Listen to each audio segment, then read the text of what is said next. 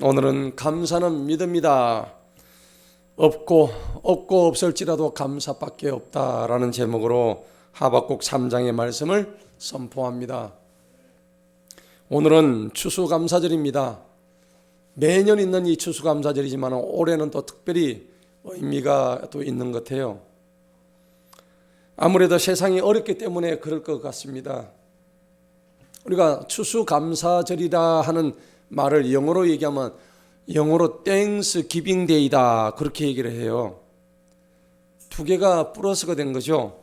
땡스 감사, 기빙 드리다, 주다 이런 말입니다. 감사를 누구한테 드려요? 하나님한테 드리는 날이다. 그래서 땡스 기빙 데이다 그렇게 얘기하는 거예요. 그런데 추수, 우리가 추수란 말이 뭡니까? 가을 추자에 거둘 숫자죠. 가을에 곡식을 거둔다 하는 것입니다. 성경적인 의미로 보자면 알곡을 모은다 하는 얘기입니다. 그리고 쭉정이는 모아서 거두어서 불타는 아궁이에 떼도록 태워버린다 하는 얘기입니다. 사실은 추수가 우리 신앙의 마지막 때의 모습이 되어야 됩니다. 우리는 하나님한테 추수된 알곡이 되어야 하는 거죠. 그래서 우리는 이게 추수감사절이 기쁜 날이기도 하지만은 영적으로 보자면은 하나님이 우리를 거두어 가시는 천국 잔치를 의미하는 것입니다. 우리가 먹는 이 모든 밥은, 쌀은 봄에 씨앗을 뿌려야만이 가을에 거두어서 우리 입으로 들어오는 거예요. 그러니 감사할 수밖에 없는 거죠. 그래서 이 감사하는 것은 감사의 의미를 우리가 늘 새겨봐야 되겠지만은 한 해의 삶을 살게 하신 하나님께 감사한다는 것은 굉장히 중요한 의미입니다. 여러분, 한 해 동안 내 힘으로 살아온 것 같지요? 하지만은 돌아보세요. 내 힘으로 살아온 것 같지만은 결코 내 힘이 아닙니다. 하나님의 인도하심과 하나님의 은혜가 아니었더라면 한순간도 우리는 이 자리까지 올 수가 없었음을 인정해야 될 줄로 믿습니다. 내가 했지만은 하나님께서 다 하신 겁니다. 그것을 믿으셔야 됩니다. 그래서 고린도전서 3장 7절에는 물 주는 자나 심는 자는 아무것도 아니라고 했습니다. 그것을 자라나게 하시는 분은 오직 여호와 하나님이심을 믿어야 합니다. 우리가 지금 추수를 할 때 이렇게 앞에 풍성한 음식을 넣고 과일을 넣고 하지만은 이거는 고대 농경 시대의 문화입니다. 오늘 우리가 직접 이런 것을 재배하지는 않아요. 하지만은 오늘 현대 사회는 양식만 달라질 뿐이지 추수의 의미는 똑같습니다. 오늘날은 농사 대신에 산업 현장에서 각자가 열심히 일을 해서 하나님 앞에 이 11월 셋째 주일날 추수의 감사의 그 절기를 하나님 앞에 올려드리는 거예요. 무엇에 감사해야 될까요? 먼저 여러분들 건강 주신 거 감사하시기 바랍니다. 건강 없이는 어떤 일도 할 수가 없어요. 건강을 내가 지켜갈 것 같죠? 아닙니다. 하나님이 지켜주셔야 됩니다. 그리고 여러분들 호흡 주시고 내가 생명 주신 것들, 내 생명의 연소를 하나님이 채워주신 것 감사하게 여기시기 바랍니다. 나이가 많다고 오래 사는 거 아닙니다. 젊다고 또 저거 하는 거 아닙니다. 여러분들 생각해 보세요. 우리가 나이가 많고 적고 하는 것은 하나님 손에 있다는 것을 여러분들 꼭 기억하십시오. 그리고 우리한테 주어진 게 얼마나 많이 있습니까? 우리는 지금 일을 할 수가 있는 거예요. 어떤 일은 우리 손으로 우리 힘으로 일을 할 수가 있는 겁니다. 지금 이 순간에도 병원에 있는 사람이 많아요. 병상에서 신음하는 사람이 얼마나 많이 있습니까? 그리고 하나님께서 우리에게 가정이란 걸 주셨어요. 가족을 주셨습니다. 이 가족을 통해서 내가 있게 하시고 얼마나 감사한 일입니까? 그리고 무엇보다 감사한 것은 우리가 하나님을 알고 하나님을 믿게 하셨다는 그것을 우리는 감사해야 됩니다. 너무 감사한 거예요.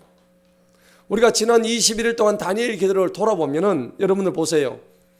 공통된 관심이, 공통된 강사들의 메시지가 뭐냐? 그 수많은 메시지 중에서 공통된 것이 바로 감사이더라고요. 불굴에 그 강사들의 다는 아니지만은 어떤 강사들을 보니까는 그 사람의 인생 자체가 저주받았어요. 극도의 불우한 환경 속입니다. 우리가 상상할 수 없는 그런 환경 속에 있었는데도 불구하고 그들이 하나님을 만났더니 감사가 저절로 된 게 아니에요. 하나님을 만났기 때문에 하나님이 주신 은혜와 하나님이 주신 그 사랑의 힘을 입어서 감사가 저절로 됐다는 것입니다. 정말 그 극한의 어려움 가운데서도 하나님을 만난 사람 중에 제가 한 사람이 기억이 나는데, 여러 사람이 있겠지만 김희아 집사였습니다. 여러분, 김희아 집사는 얼굴에 이 반쪽이 반점이 붉은 반점이 있는데 태어나자마자 이 붉은 반점 때문에 엄마가 놀래가지고 이 아이를 버려버렸어요. 고아원에 갖다 맡겨버린 거예요. 이 김희아 집사는 엄마를 몰라요. 얼마나 불쌍한 아이입니까? 무슨 죄가 있다고. 시편 27편에 보면은 여러분 어떻습니까? 부모는 나를 버렸지만은 하나님은 나를 버리지 아니하셨다고 성경은 기록하고 있습니다. 그런데 붉은 반점만 가지고 살아간다는 게 너무 힘든 거예요. 지나가니까 막 괴물이다 어떻다 그 얘기를 하는데 거기에 또 하나 불우한 환경이 겹쳤습니다. 이 반쪽에 해당하는 얼굴에 암이 온 거예요. 여기가 막 고름이 생기고 얼굴에서 이게 알 수 없는 병이 와가지고 얼굴을 뜯어내야 되는 거예요. 이 반쪽 얼굴을 뜯어내니까 어떻게 얼굴이 흉측하게 진짜 괴물처럼 변하는 거예요. 한쪽은 반점이고 한쪽은 뜯어내고, 그래서 허벅지 살과 엉덩이 살을 떼내가지고 이 얼굴에 갖다 붙이는 거예요. 이건 살 소망이 없는 거예요. 모든 사람이 자기를 쳐다보지도 않고 괴물이라고 얘기하는데, 그런데 하나님을 만났어요. 하나님 감사합니다. 입에서 터져나오는 게 감사해요. 그럴 때 하나님이 그 김희아 집사를, 사진 보니까 젊을 때는 예뻤더라고요. 그런데 수술 받고 난 뒤에 얼굴이 일그러졌어요. 그런데 하나님께서는 그 사람의 신랑을 예비하셨더라고요. 여러분 보셨잖아요. 너무 잘생긴 그 신랑을 예비하셔서 그래가지고 그 아이를 낳고 지금 잘 살고 세계 만방에 하나님의 복음을 전하는 복음의 일꾼이 되어 있다는 얘기입니다. 그래서 자기 스스로 뭐라고 해요? 나는 세상에서 가장 아름다운 사람이다. 그렇게 얘기를 하고 있는 거예요. 여러분, 고난을 이긴 힘은 오직 감사였습니다. 감사만이 우리의 불행을 끊을 수가 있는 것입니다. 그래서 데살로니가전서 5장 17절에 19절에 보면 항상 기뻐하라, 쉬지 말고 기도하라, 범사에 감사하라, 이것은 너희를 향한 하나님의 뜻이라고 성경이 말씀하고 있습니다. 이것이 우리의 삶의 모토가 되어야 될 줄로 믿습니다. 그런데 여러분, 실제로는 살면서 어떻게 감사가 될 수 있을까요? 지금은 특히나 팬데믹 코로나 시대이기 때문에 얼마나 수많은 자영업자들이 목숨을 끊고 길거리로 나앉고 가정이 파괴되고 지금 부지기수입니다. 이런 상황에서 어떻게 우리가 감사가 되겠느냐는 거죠. 그런데 성경은 이런 상황 속에서 감사를 보여주는 여러 가지 사례가 있다는 겁니다. 그런데 여러분, 감사라는 것은 그냥 나오는 게 아니라는 겁니다. 어떻게 감사가 그냥 나올 수 있을까요? 사람이 환경을 쳐다보고 있으면 그 환경의 지배를 받습니다. 환경의 지배를 받는 게 인간이에요. 인간은 그 환경에 절대적으로 지배받기 때문에 감사라는 게 나올 수가 없습니다. 그럼 감사가 나올 수 있는 원천은 뭘까요? 성경적으로 하면 이건 절대 믿음 이외에는 없습니다. 믿음이 없으면 감사가 나올 수가 없는 거예요. 길거리 나가면은 노숙자들이 막 쏟아지고 사건과 사고와 그리고 온갖 재앙과 테러와 나쁜 소식이 날마다 우리 귓전을 때립니다. 수없이 자살하는 사람이 있고, 지금 이 사회 자체가 거대한 정신병동에 지금 사실은 다 갇혀 있다는 느낌이 들 정도예요. 따라합시다. 감사는 믿음에서 나온다. 감사는 믿음에서 나온다. 맞습니까? 감사는 믿음에서 나올 수밖에 없어요. 믿음이 없는 사람은 감사가 나올 수가 없어요. 그럼 어떤 게 진정한 감사일까요? 우리는 하나님께서 우리에게 베풀어 주신 그 한없는 사랑, 그리고 예수 그리스도께서 베풀어 주신 이 죄 많은 우리들을 향해 베풀어 주신 값없는 죄 사함의 은혜, 그것이 우리는 감사해야 됩니다. 그래서 그분들을 믿는 우리의 믿음을 통해서 보이지 않는, 바라보이지 않는 저 천국을 향한 소망을 가지는 것이 진정한 감사의 원천인 것입니다. 그것이 감사예요. 딴 게 감사가 아닙니다. 그래서 구약 성경에 보면은 이러한 극한의 상황 속에서도 감사를 표출하는 예가 많이 있었습니다. 오늘은 그 중에서 제가 세 가지를 말씀을 드리는데, 첫째는 다니엘과 세 친구들의 감사예요. 그리고 두 번째는 하박국 선지자의 감사고, 오늘 우리 본문의 말씀. 그리고 세 번째는 사도 바울의 감사입니다. 신약 시대에 들어와서 데살로니가 교회를 향한, 교인들을 향한 감사의 메시지였습니다. 범사에 감사라는 내용이죠. 먼저 우리가 다니엘과 그 세 친구의 감사를 우리가 바라보게 되는데, 여러분, 다니엘과 세 친구가 상황이 어떤 상황이냐면 바벨론 시대에 포로로 끌려가는 거예요. 우리도 일제시대를 36년을 겪었지만은 그 이스라엘 유다 사람들은 70년을 바벨론 포로 생활을 하는 거예요. 우리보다 더 어려웠어요. 매를 맞고요, 강제 노역을 하고, 조금 더 저항할 수 없는 그런 상황이었습니다. 그래서 그들이 가자마자 우리가 마치 일제천황의 신사참배를 했듯이 그 느부갓네살 금신상, 그 왕의, 살아있는 왕의 금신상 28m짜리 거기다가 절을 하고, 절하지 않으면 사람들 잡아 죽이는 거예요. 여러분, 그런데 오늘 이 다니엘과 세 친구들은 너희들이 그렇게 숭배하지 않고 경배하지 않으면 풀모불에 내가 집어 던져버리겠다. 다니엘 왕이 그렇게 얘기를 해요. 그런데 어떻게 얘기합니까? 다니엘 3장 17절에 보면 그 친구들은 느부갓네살 왕이 우리를 풀모불 속에 던져버린다 할지라도, 그리고 하나님이 우리를 건지지 아니하신다 할지라도 우리는 하나님을 거역하지 않겠다, 배반하지 않겠다, 그 말을 하는 거예요. 그래서 느부갓네살 왕이 화가 많이 났습니다. 이 녀석들을 당장 저 풀모부 속에 집어 던져라. 그리고 집어 던질 때에 풀모부를 몇 배나 더 했습니까? 7배나 더 한 거예요. 불을 얼마나 세게 뗐던지 이 사람들을 집어 주로 갔던 사람의 불이 다 죽었어요. 그럴 정도였어요. 얼마나 뜨거웠는지.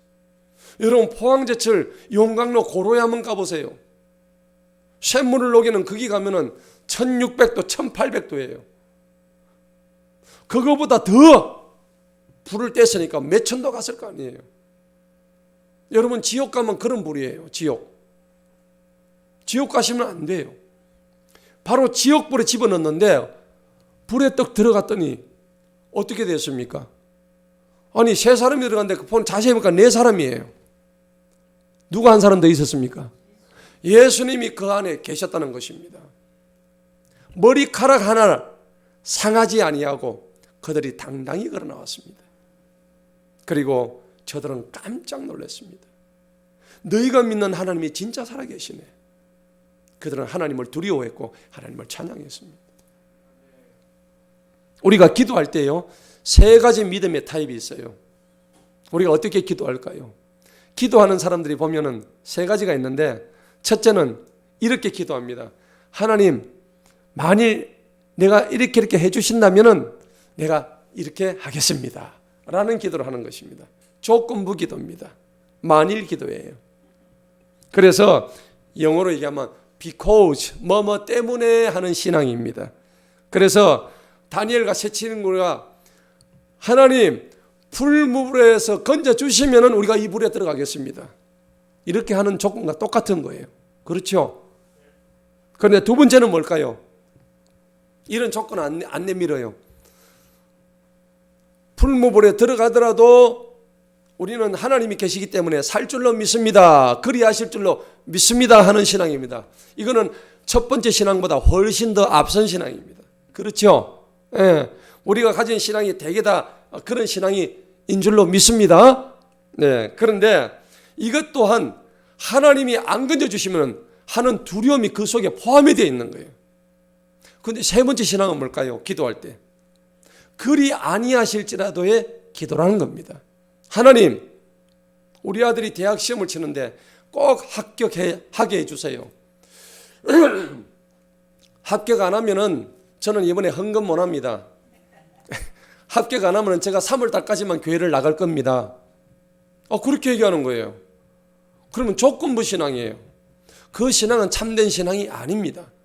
다니엘과 세 친구들은 그 불 끓는 용광로에 들어갈 때 우리가 저기 들어가겠습니다. 그렇지만은 하나님께서 우리를 포기하신다 할지라도 우리는 하나님을 배반하지 않겠습니다 하는 신앙이었다는 것입니다.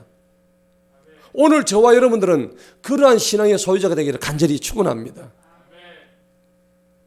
그래서 우리가 감사라는 것은 절대적인 믿음에서 나오는 것이지 어떤 조건이나 어떤 조건부 신앙에서 나오는 게 아니라는 것입니다. 그래서 우리의 믿음은 바라보는 눈으로 결정되는 게 아니에요. 믿음이란 것은 어차피 우리가 누구를 믿는다고 할 때 그 믿음이 눈에 보이지 않아요. 믿음은 뭡니까? 히브리서 11장 1절에 믿음은 바라는 것들이 실상이요 보이지 않는 것들이 뭐예요? 증거라고 했잖아요. 믿음은 보이질 않습니다. 내가 우리 아들에 대한 믿음이 있어요. 그 믿음이 눈에 보입니까? 안 보이잖아요.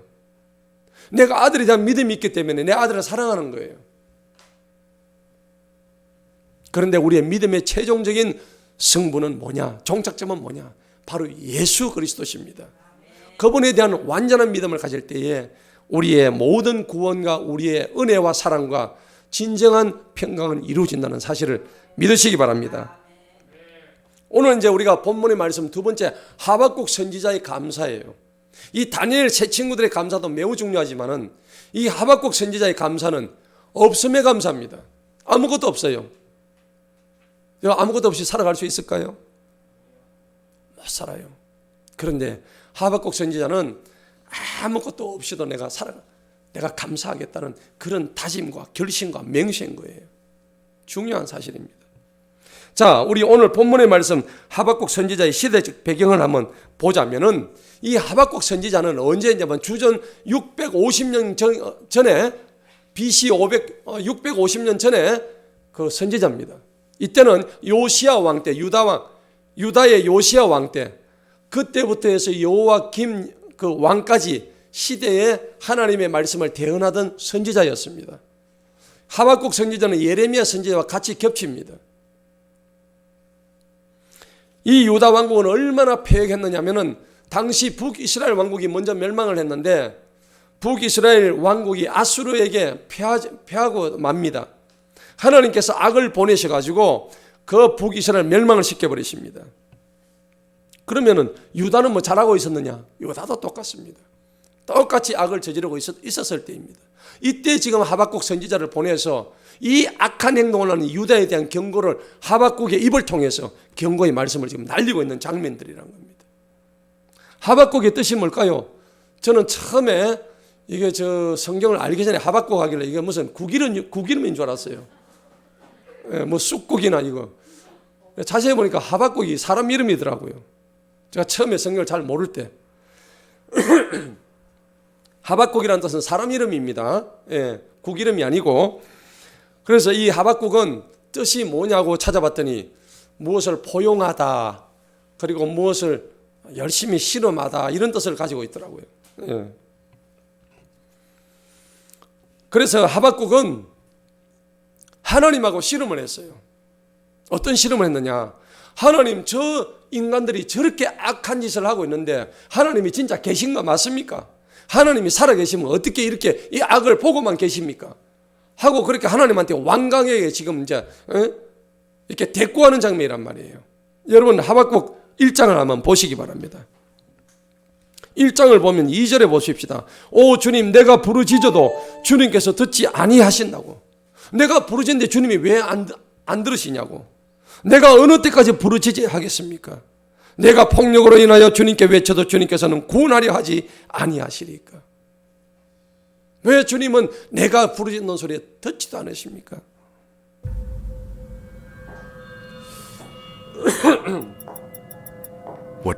그래서 이렇게 하박국은 하나님한테 지금 막 부르짖고 씨름하는 지금 장면을 보여주고 있다는 것입니다.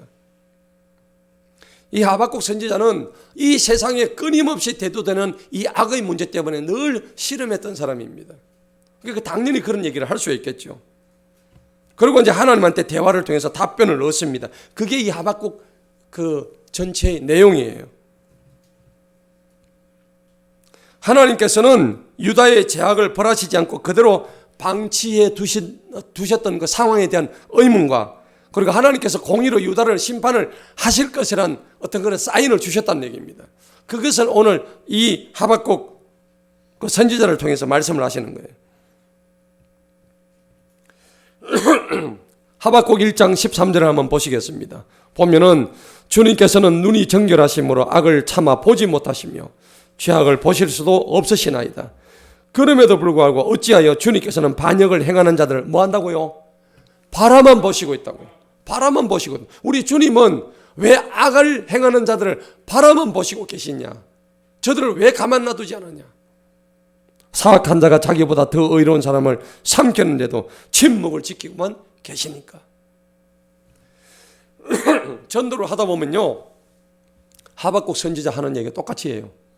아니, 하나님이 살아계시면 저 김일성이, 김정일이 저런 원수를 왜 안 잡아가는데? 하나님이 없다 하고 그렇게 얘기를 하는 거죠. 그게 아니죠. 그것은 아닙니다. 하박국의 1장 6절에 보면 말씀이 나와요.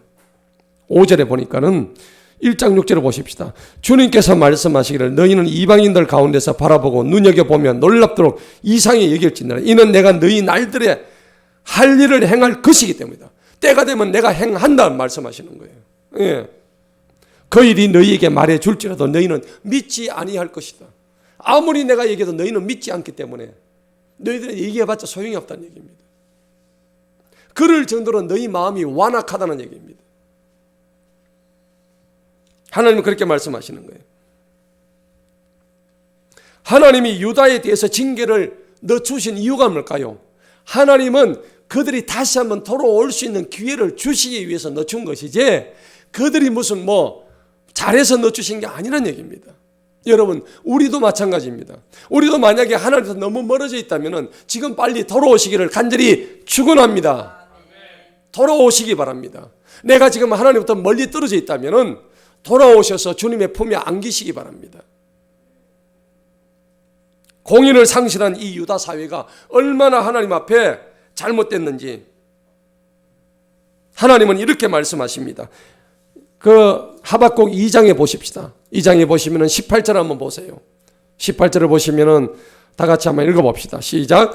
새긴 형상이 그것을 새겨 만든 자에게 무엇이 유익하겠으며 부어 만든 형상 곧 거짓들의 선생을 만든 자기 일을 위하여 말 못하는 우상들을 만들고 그것을 신뢰하는 것이 그 만든 자에게 무엇이 유익하겠느냐. 하나님이 이렇게 말씀하시는 거예요. 너희들은 쓸데없는 우상을 만들어 거기 절하고 있는데 그것이 너희들을 구할 수 있겠느냐. 그러면서 19절에 말씀하십니다. 다 같이 읽어봅니다. 화가 있으라 나무에게 말하기를 깨어라 하며 말 못하는 돌에게 일어나라 그것이 가르치리라 하는 자여 보라 그것은 금과 은으로 입힌 것인즉 그것의 한가운데는 어떤 호흡도 없느니라 하시니라. 아멘. 너희들이 믿고 있는 그 금신상, 은신상은 아무 소용이 없다는 얘기입니다. 왜 그런데 우상들한테 절을 하고 있느냐? 하나님 오늘 직접 이렇게 말씀하시는 거예요. 그러면서요, 하나님은 하박국 2장 3절에서 이렇게 말씀하십니다. 한번 보십시다. 다 같이 읽어봅니다. 시작. 이는 이 환상이 아직은 정해진 때를 위하여 있나니 그것은 끝에 관해서 말할 것이요 거짓을 말하지 아니하리라. 그것이 더딜지라도 그것을 기다리라. 이는 그것이 더디지 아니하고 반드시 어떻게 한다고요? 온다고. 무엇이 와요? 하나님의 심판이 반드시 온다고 분명히 말씀하시는 거예요. 이 말씀이 유다의 멸망을 통해서 성취되었다는 사실을 우리는 똑똑히 기억해야 합니다. 여러분, 하나님이 우리에게 베푸신 은혜 중에서 가장 큰 은혜가 뭘까요? 구원의 은혜죠. 그러면 그 구원의 은혜인데 구원을 베푸시기 전에 우리한테 베풀 수 있는 가장 큰 은혜는 진노를 참으시는 거예요. 믿습니까? 우리가 지금 하나님을 다 떠난 사람들인데 이제는 주님 앞에 돌아올 수 있는 기회를 주신 거예요. 오늘 여러분들이 여기 와가지고 하나님의 복음을 전달받고 지금 두 귀로 듣고 있는 것은 결코 우연이 아니에요. 하나님께 여러분들이 기회를 주고 계신 거예요. 이 복음을 듣고 돌이켜서 하나님 품으로 빨리 돌아오라 주님이 말씀하고 계시는 거예요. 오늘 이 자리가 생소하신 분은 여러분들 그것을 분명히 두 귀로 들으시기 바랍니다. 그래서 하나님이 베푸신 은혜 중에서 최고의 은혜는 인자와 자비와 긍휼의 은혜인 것입니다. 우리를 불쌍히 여기는 거예요. 그래서 우리도 남에게 인자와 자비와 긍휼을 베풀어야 되는 거예요. 남한테 동정심을 베풀어야 되는 거예요. 동정을 베풀어야 되는 거예요.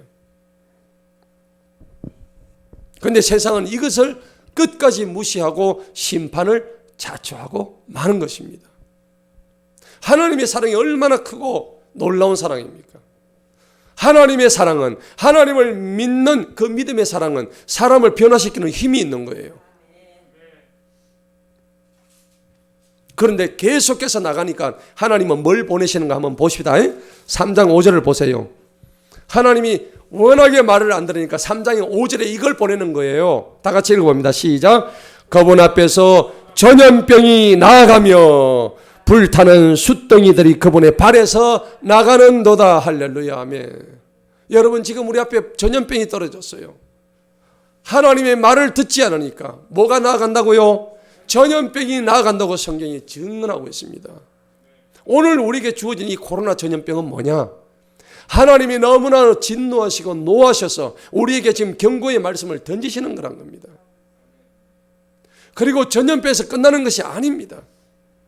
민수기에 보면 전염병을 7배나 더한다고 성경은 말씀하고 있습니다. 하나님의 말씀을 청종하지 않을 때는 지금 너희들이 가지고 있는 이 전염병에 7배나 더한 지독한 혹독한 전염병을 보내시겠다고 성경은 말씀하고 있어요. 지금은 서막일 뿐입니다. 수많은 사람들이 전염병으로 해서 그냥 하수구에 쓰레기처럼 실려가가지고 버려지는 날이 올 것입니다. 시체를 치우는데 너무 많아가지고 치울 장소가 없을 정도로.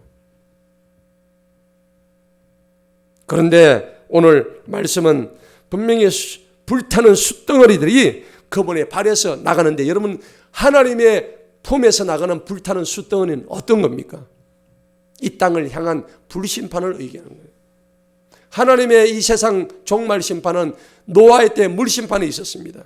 하나님의 물심판은 더 이상 하지 않는다고 무지개를 보여주시면서 물심판, 홍수심판은 더 이상 안 하신다고 했는데 앞으로 우리에게 남은 심판은 뭡니까?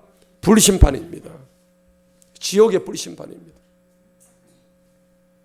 여러분 이번에 다니엘 강사 중에 장세호 목사님이 그 바로 앞에서 이스라엘에서 폭탄이 터졌다고 했지 않습니까? 불과 10m 앞에서 불과 얼마 안 된 그 자리에서 폭탄이 터져서 88명이 죽거나 다쳤는데 2003년도에 그때 KBS 뉴스에 나온 거예요. 저도 똑똑히 기억하고 있어요.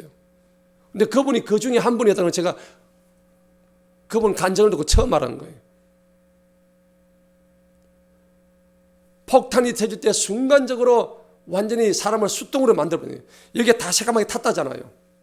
살을 다 뜯어가지고 여기다가 흉측하게 했는데 여러분 잠시 잠깐의 그 고온을 우리 이 몸이 이기지는 못해요. 이길 수가 없어요. 그런데 불타는 숫덩어리를 우리한테 보내신답니다. 여러분 지옥의 불덩어리가 바로 그겁니다. 어떻게 우리가 그걸 감당할 수 있을까요? 하나님을 믿으시기 바랍니다. 하나님 믿는 것이 감사의 원천입니다. 오늘 우리가 본문을 보겠습니다. 본문을 한번 보시기 바랍니다. 3장 17절입니다. 비록 무화과 나무가 꽃을 피우지 못하며 포도나무에 뭐가 없어요? 열매가 없습니다. 올리브 나무에 수고가 쓸모없으면 다 같이 읽습니다. 밭은 양식을 내지 못하고 우리에게 양떼가 끊어지며 외양간들의 솥대가 없을지라도 나는 여전히 주님을 기뻐할 것이요 내 구원의 하나님을 즐거워하리라. 아멘. 오늘 이 짧은 한 절 속에 없으며 못하며 안되며 모든 것이 끊어지며 이런 말들이 여러 번 지금 나오고 있습니다. 여러분, 참 성도는요, 환경을 우리가 바라보면서도 이 환경 넘어 계신 주님을 바라보는 사람이 진정한 성도입니다. 참 성도는 이 환경을 이기는 사람들이에요. 그래서 하나님은 종종 우리에게 어려운 환경을 주셔요. 하지만 사람은 감당할 수 없는 시험은 없다고 했습니다. 여러분, 농부들이 채소값이 폭락됐다고 텔레비 보시면은 기계를 가와가지고 채소밭을 갈아엎어가지고 무밭을 다 갈아엎는 장면을 보셨을 것입니다. 씨앗을 뿌렸는데 열매가 제대로 거두지지 않으면은 이렇게 실망을 하는 것입니다. 그런데 오늘 보세요. 분명히 하박국 선지자는 무화과 나무가 열매가 없고 포도나무가 열매를 얻고 올리브 나무가 쓸모가 없고 밭은 양식을 못 내고 양떼와 소떼가 지금 우리 안에 아무것도 없습니다. 그래도 우리나라의 농부들은 트랙터를 가져가지고 갈아엎을 무라도 있습니다. 그렇잖아요. 그런데 지금 이 상황은 어떤 상황입니까? 갈아엎을 무도 없다는 사실입니다. 아무것도 없는 거예요. 그럼에도 불구하고 내가 아무것도 없을지라도 나는 여전히 구원의 주님을 찬양하고 기뻐할 거다고. 여러분, 이렇게 감사한 이유가 분명히 18절에 나와 있는 거예요. 18절 다시 한번 읽어보겠습니다. 시작. 나는 여전히 주님을 기뻐할 것이요 내 구원의 하나님을 즐거워하리라. 무슨 하나님요? 구원의 하나님이십니다. 나를 구원하셨다는 얘기입니다. 하나님은 의인의 자손은 걸식하는 법이 없다고 약속하셨습니다. 믿으십니까? 그렇다 그러면 우리가 구원받았던 사실 이 하나만으로도 우리는 충분히 감사하고 두 손 들어 감사해야 될 줄로 믿습니다. 예수님은 요한복음 16장 33절에서 이것을 너희에게 이르는 것은 너희로 내 안에서 평안을 누리게 합니다. 세상에서는 너희가 환난을 당하겠지만 담대해라. 내가 세상을 이기러 왔노라. 주님 말씀하십니다. 여러분, 우리가 세상에서는 여러 가지 곤란과 어려움과 환난을 당하겠지만은 주님이 오늘 요한복음 16장에서 분명히 말씀하신 것처럼 너희가 반드시 이길 것이다. 여러분, 지금 세상이 어떻습니까? 세상을 바라보면요, 답이 없습니다. 희망이 없습니다. 소망이 없습니다. 제가 얼마 전에 그 뉴스를 봤는데 고속도로 전광판에 가다가 고속도로 전광판에 좀비 출현하고 그게 뜨더랍니다. 여러분, 좀비가 뭐예요? 부산행이라는 영화에 보면은 사람들이 바이러스에 걸려가지고 좀비처럼 막 괴물처럼 변하는 그게 좀비입니다. 그런데 지금 코로나를 우리가 맞아가지고 코로나로 인해서 바이러스로 인해서 좀비로 변하는 것이 지금 생기고 있습니다. 그 영상을 제가 봤거든요. 무섭습니다. 그런데 우리가 지금 세상을 바라보게 되면 이렇게 환난 속에서 소망이 없지만은 오늘 성경은 우리한테 좋은 환경만 주는 게 아니라 이 하박국 선지자에게 주신 이 극도의 나쁜 환경 속에서도 우리가 어떻게 살아가야 될까 생각이 분명히 이런 바른 길을 지금 제시하고 있는 거예요. 계시록 2장 3절에 보면은 2장에서 3장 그 마지막 때 7교회가 나옵니다. 그런데 그 편지의 마지막에 보면은 이기는 자에게는 내가 이러이러한 상을 주겠다. 성경은 말씀하고 있습니다. 할렐루야. 저와 여러분은 마지막 때 이기는 자가 되시기를 축원합니다. 신앙생활은요, 우리가 두 가지 의미가 있는, 첫째는 신앙생활을 통해서 우리가 하나님이 주신 복을 마음껏 받아야 되는 것입니다. 이게 신앙생활의 목적이에요. 그 영적인 복이 뭡니까? 그것은 하늘에 대한 상급을 바라고 이 땅에 우리가 소망 두지 아니하고 진정한 참 소망은 하늘나라에 있다는 것을 알고 그 영적 복과 그 영적 복을 받아 누릴 때 하나님이 주시는 물질적인 복도 받는 거예요. 그것을 마음껏 누리는 거예요. 여러분, 하나님을 제대로 믿는 사람은 궁핍한 것이 없습니다. 절대 없습니다. 하나님을 제대로 믿는데 궁핍하면 그거는 제대로 믿는 게 아닙니다. 그런데 진정으로 우리가 하나님을 믿었을 때 하나님이 주시는 그 신앙생활의 복이라는 것은 아브라함에게 주셨던 만물을 다스리고 그리고 모든 것을 지배할 수 있는 하나님이 주신 권능을 내가 스스로 받는 거예요. 그리고 두 번째는 뭐냐니까 우리는 참된 신앙생활의 목적은 영적 전투입니다. 우리는 신앙생활하면서 계속 영적 전투를 해나가야 돼요. 영적 전투라는 것은 에베소서의 6장의 말씀처럼 우리가 이 구원의 투구를 쓰고 6가지가 나오잖아요. 의의 흉배를 뚫고, 그죠? 믿음의 방패를 가지고, 말씀의 검을 가지고, 복음의 신발을 신고 진리의 허리띠를 두르는 겁니다. 그래서 하나님 말씀으로 완전 군장을 하고 무장을 해서 어떤 경우에 사단이 들어온다 할지라도 그것을 쳐낼 수 있는 그런 말씀의 능력의 보유자가 되시기를 축원합니다. 그거예요. 그래서 아브라함을 불러내실 때도 내가 너로 큰 민족을 이루게 할 것이다. 그래서 그 아브라함의 복이 저와 여러분의 복이 되기를 축원합니다. 그래서 이 복을 받기 위해서는 그냥 받는 게 아니라는 얘기입니다. 그래서 영적 전투가 두 번째로 필요한 거예요. 날마다 영적 전투해야 되는 거예요. 마귀와 싸워야 되는 거예요. 죄와 싸워야 되는 거예요. 악한 환경 속에서 우리는 놓여져 있을지라도 그 악한 환경을 불평하지 말고 하나님 왜 이런 환경을 나한테 주셨습니까? 하지 말고 하나님 주셔서 감사합니다. 하나님 내가 이길 수 있는 힘을 주시니 감사합니다. 이것을 이길 수 있는 믿음 주셔서 감사합니다. 이거예요. 여러분, 없어도 아무것도 없어도 감사하는 시장은 저절로 나오는 게 결코 아닙니다. 여러분, 저절로 나오겠습니까? 길 가는 사람 보고 지금 죽을 지경에 있는 사람은 감사하세요 하면 어떻게 합니까? 뺨 맞습니다. 내가 지금 죽을 지경에 있는데 감사하라고? 하지만 우리 그리스도인들은 그게 아니에요. 진정한 그리스도인은 그런 말을 하더라도 아멘 하고 그렇게 화답이 될 줄로 믿습니다. 많이 가지고도 얼마나 사람들이 불안해합니까? 얼마나 많은 재산을 가지고도 우울증에 걸려가 자살한 사람이 많습니까? 재벌들이 자살하고 있어요. 지금 무엇이 부족하길래?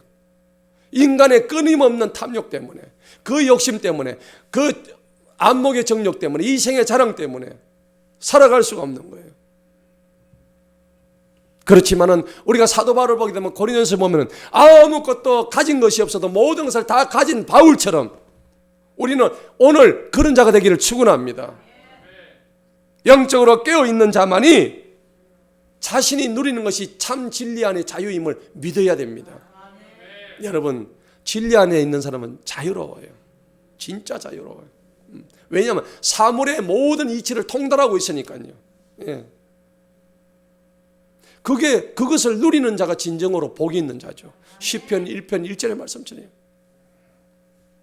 그래서 다니엘과 하박국의 감사는 정말 매우 중요한 감사다는 겁니다. 그런데 이것이 우리가 읽는 구약까지 성경이지만 신약시대에 들어오면 어떤 감사로 바뀔까요? 데살로니가전서 5장 17절에 보면 항상 기뻐하라. 사도 바울이 분명히 우리에게 얘기했습니다. 그리고 범사에 감사라. 쉬지 말고 기도하라는 것입니다. 여러분, 신앙생활을 우리가 본받아야 될 분들이 있습니다. 신앙생활을 잘하는 분들을 우리가 본받아야 되는데 그런 분들 보면 달라요. 여러분 신앙생활 하다 보면 그런 거 많이 보게 되죠. 뭐가 다를까요? 여러 가지 다른데 첫째요, 얼굴 보면 달라요. 얼굴 보면 어때요? 평안이 있죠. 표정이 달라요. 예. 예수 잘 믿는데 얼굴은 이렇게 하면 어떻습니까? 보기가 거북죠. 그래서 이 마주하기 편하고 쉽게 다가갈 수가 있어요. 까칠하지 않아요. 그 다음 두 번째는 뭘까요? 말이 달라요. 말은 뭡니까? 마음 플러스 알이라 했죠. 말이라는 것은 그 사람이 마음속에 있는 걸 끄집어낸 게 말이에요. 그래서 말을 조심해야 돼요. 말을 복되게 해야 돼요. 그러니까 말을 함부로 하지 말아야 돼요. 그리고 자신 없으면 말 안 하는 게 좋아요. 해서는 유익하지 않은 말을 차라리 안 하는 게 좋습니다. 저 사람이 말하면 꼭 무슨 분쟁이 생기면 말 안 하는 게 좋아요. 그래서 우리는 말을 하려면 어떻게 될까요? 분명히 성경은 말씀합니다. 금쟁반의 은구슬처럼 경우에 합당한 말만 하라. 성경은 말씀하고 있습니다. 할렐루야. 그런데 이 말을 할 때는 우리한테 하나님께서 뭘 주시냐면 이 말에는요, 하나님이 권세를 주셨거든요. 선한 영향력을 가지라고 이 말에 권세를 주셨어요. 세 번째는 뭐냐니까 우리가 신앙생활 잘하는 사람들 본받아야 될 게 행실이에요. 행실이라는 것은 행위 플러스 열매 실자거든요. 우리가 어떤 행동을 할 때는 그 사람의 행동 속에서 반드시 결실이 있는 거예요. 열매가 나타나요. 우리 삶에도 열매가 있어야 되잖아요. 사람의 행동에는 반드시 흔적이 남습니다. 그래서 예수님께서 길을 지나가셔도 열매를 맺지 못하는 무화과 나무를 보고 어떻게 하셨어요? 저주하셨죠. 저 나무를 당장 도끼로 찍어서 지금 갖다 버리라고 했습니다. 여러분, 우리는 그런 나무가 되어서는 안 되는 겁니다. 왜? 열매가 없기 때문에. 그런데요, 가장 중요한 게 뭐냐니까는 네 번째로 감사입니다. 할렐루야. 좀 불편해도, 우리가 신앙생활 잘 하시는 분들 본받을 게 뭐냐, 감사하는 분들이에요. 좀 불편해도, 내가 손해를 좀 봐도, 그 다음에 내가 감정이 좀 상하는 일이 있다 할지라도, 내가 좀 아프고 내가 좀 뭔가 좀 안 좋은 일이 있다 할지라도 신앙이 좋은 분을 본받을 건 그분이 예수님의 인격을 닮아간다는 겁니다. 예수님은 어떤 분입니까? 자신의 모든 것을 죽음을 통해서 다 내어주신 분 아닙니까? 이 우주에 통치하시는 분이 인간의 몸을 입고 말구육간에서 태어나신 가장 겸손하신 분이 예수님 아니십니까? 그분의 인격을 닮아가면, 그래서 우리가 참고 인내하고 남을 위로하고 배려하고 격려하고 심지어 남에게 용기까지 줄 수 있는 그런 사람으로 우리가 변해가시기를 축원합니다. 가장 중요한 것이 감사할 수 없는 상황인데도 감사가 나오는 겁니다. 아무리 찾아봐도 감사할 거 아무리 찾아봐도 없어요. 그렇지만은 감사가 나오는 그게 진정한 감사인 것입니다. 그래서 감사를 어떤 신학자는 이런 얘기예요. 영적 건강의 좌표다, 그런 얘기했어요. 따라합시다. 감사는 영적 건강의 좌표다. 그렇습니다. 감사란 것은 내가 지금 어떤 지금 영적으로 건강한 상태인가, 내가 어디에 자리 잡고 있는 걸 보여주는 게 감사인 거예요. 그래서 감사하시기 바랍니다. 저절로 되지는 않아요. 그래서 감사가 우리 신앙의 최고봉이라고 그러잖아요. 우리 신앙생활 최고의 높은 자리가 바로 감사에 있다는 것입니다. 사단이 제일 싫어하는 사람이 찬양하는 사람, 그 다음에 두 번째로 감사하는 사람. 제일 두려워하는 사람은 어떤 사람일까요? 찬양하면서 감사하는 사람. 할렐루야. 그 저와 여러분 찬양하면서 감사까지 해야 되는 거예요. 찬양만 하지 말고 감사만 하지 말고 날마다 찬양하고 감사하고 거기다 플러스 뭐예요? 기도까지 들어가면 발발발 떠는 거예요. 얼씬도 못하죠. 얼씬도 못하는 거예요. 그래서 우리 신앙인들의 감사는 일반인들의 감사의 상황과는 완전히 다릅니다. 감사를 하면요, 그 검사 결과가 있는데 미국의 어떤 대학에서 이렇게 나왔어요. 우리 사람이 전두엽이 있는데 이 전두엽에서 내가 감사를 하면은 이 아드레날린이 완전히 감소 없어져 버린대요. 없어지고 뭐가 오냐면은 행복한 어떤 그런 호르몬이 많이 나온대요. 감사합시다. 그러니까 시편 136편에 다윗이요, 얼마나 감사를 갖다가 많이 했는지 26가지를 감사했어요. 여러분 시편 136편 한번 찾아봅시다. 놀랍습니다. 이러한 우리의 감사를 우리가 날마다 이걸 바라보면서 감사해야 되는 거예요. 1절부터 26절까지 여러분 보세요. 시편 136편의 1절부터 26절까지 주님께 감사를 드리라. 2절에는 오 신들의 하나님께 감사를 드리라. 오 주인들의 주님께 감사하라. 4절에는 이적들을 행하신 분께 감사해라. 지혜로 하늘을 지으신 그분께 감사. 물들 위에 펴신 그분께 감사. 빛들을 지으신 그분께 감사. 낮을 주관하는 해를 지으신 그분께 감사. 9절에는 밤을 주관하는 달과 별들을 지으신 그분께 감사. 이렇게 쭉 나오는 거예요.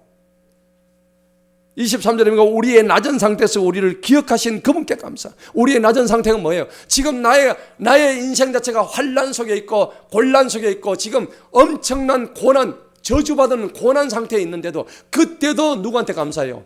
주님께 감사하라고. 바로 다윗의 삶이었습니다. 다윗은 얼마나 극한의 상황 속에 갔으면 그 아기스 왕 앞에 가지고 미친 적, 그 침을 흘리며 미친 적까지 했겠습니까?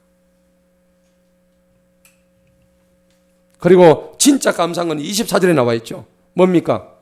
우리의 원수들로부터 뭐 하신 그분? 구속하신 그분입니다. 우리를 구원하신 그분입니다. 이거야말로 최고의 감사입니다. 감사하시기 바랍니다.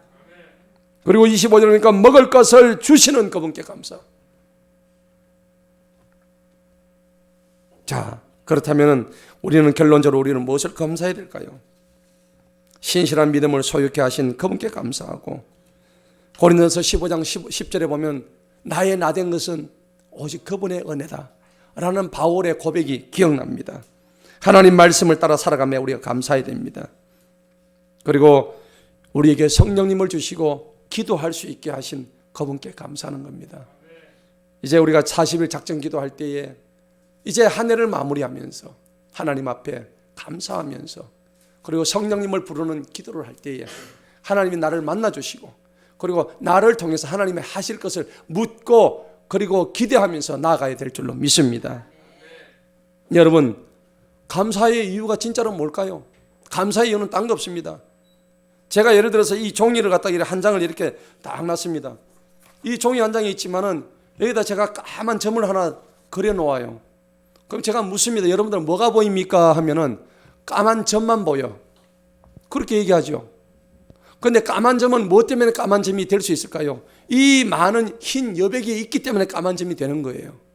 우리가 상황을 바라볼 때 까만 점만 바라보는 거예요.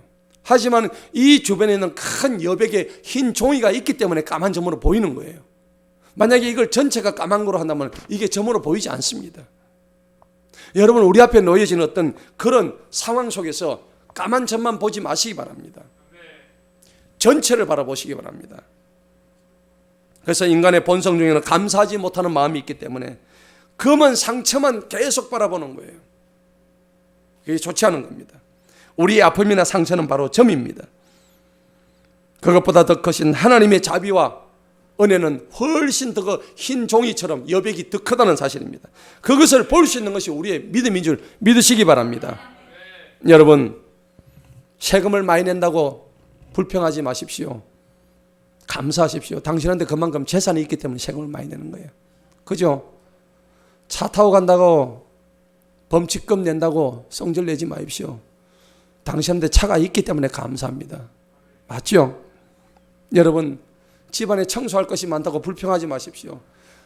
여러분한테 집이 있기 때문에 감사하시기 바랍니다. 그런 거 아닙니까? 여러분, 나라의 대통령 보고 욕을 하잖아요. 불평하잖아요. 감사하시기 바랍니다. 언론에 자유가 있어서 감사한 거예요. 저 북한에 가가지고 우리 대통령 욕하듯이 할 수 있겠습니까? 언론에 자유가 있으니까 감사한 거예요. 네. 여러분, 앞에서 우리 성도가 찬양을 보는데 뒤에서 들으니까 저 성도 찬양이 엉망이요. 정말 못 듣겠어요. 예를 들어서 오늘 너무 잘하셨지만, 여러분 만약에 그렇다면 감사하시기 바랍니다. 내가 저 찬양을 들을 수 있는 청각이 있으니까 감사한 거예요. 진짜로 감사한 거예요. 모든 게 감사해요. 여러분, 하루에 돌아오는데 너무 피곤하고 너무 지쳐요. 감사하십시오. 내가 하루를 일할 수 있는 장소가 있으니까 감사하시기 바랍니다. 돌아보면 이와 같이 감사할 것이 너무나 많다는 겁니다. 감사를 하게 되면요, 삶에서 열매를 맺습니다. 그리고 감사하는 삶을 살게 되면 항상 기뻐하는 사람이 돼요. 행복해집니다. 그리고 감사할 것이 없는데도 점점 더 감사할 일들이 많아짐을 믿으시기 바랍니다. 그리고 감사하면요, 삶을 능동적으로 살아가요. 그리고 긍정적인 삶을 살아갈 수 있습니다. 그리고 감정적으로 감사를 많이 하면은 감정적으로 사람의 인격이 성숙해야 됩니다. 성숙해져요.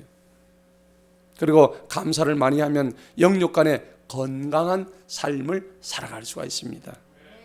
그리고 감사하면요, 성공합니다. 좋은 일들이 반드시 많이 생깁니다. 그리고 무엇보다 중요한 것은 감사하면 우리의 믿음이 더 성장한다는 사실입니다. 시편 119편 55절에 다윗이 이렇게 고백합니다. 여호와여, 내가 밤에 주의 이름을 기억하고 주님의 법을 지켰나이다. 다윗이 밤에 주의 이름을 기억했대요. 이 밤이 무엇을 의미합니까? 시대적인 어둠을 얘기하는 거거든요. 지금 얼마나 시대가 힘들고 어렵습니까? 이럴 때 하나님의 법을 기억하는 거예요. 인생의 답은 언제나 하나님 말씀에 있습니다. 말씀의 결론을 맺겠습니다. 오늘 우리 앞에 주어진 모든 시간은 하나님의 시간입니다. 내 시간인 것 같지만은 그 인생을 주관하시는 분은 오직 여호와 하나님이십니다. 하나님 앞에 감사하십시오. 그렇게 진정한 감사를 우리가 가질 때 감사는 우리한테 삶의 모든 인도함을 열어주십니다. 감사 중에 최고의 감사는 바로 나를 구원하신 예수 그리스도의 십자가 보혈의 감사입니다. 그것을 우리가 지켜나갈 때 하나님 앞에 온전한 진정한 감사가 될 줄로 믿습니다. 마지막으로 오늘 날 구원하신 주 감사 찬양 우리 다 같이 한번 찬양하고 예배를 마치겠습니다.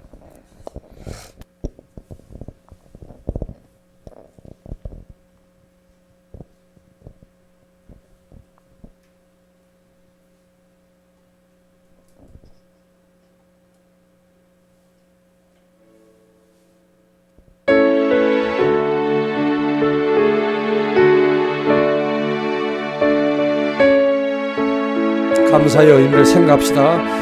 날 구원하신 주 감사, 모든 것 주신 감사, 지난 추억에 내 감사, 주 내 곁에 계시는 향기로운 봄철의 감사, 외로운 가을 날 감사, 사라진 눈물도 감사, 나의 영혼 평안에 응답하신 기도 감사, 거절하신 것 감사, 해처럼 높으신 감사, 모든 것 채우시는 아픔과 기쁨도 감사, 절망 중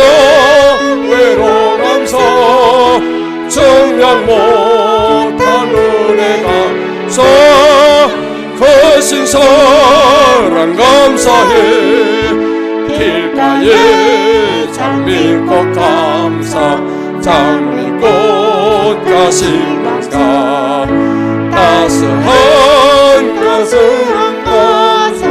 희망 주신 것 감사, 기쁨도 슬픔도 감사, 하늘 평안을 감사, 내일의 희망을 감사, 영원토록 감사해. 우리 시간에는 통성으로 정말 한 해 동안 지켜주신 그 하나님의 은혜에 감사하는 그런 마음으로 다 같이 생명 주시고 호흡 주시고 건강 주시고 양식 주시고 또 앞으로 함께 하실 주님께 감사하는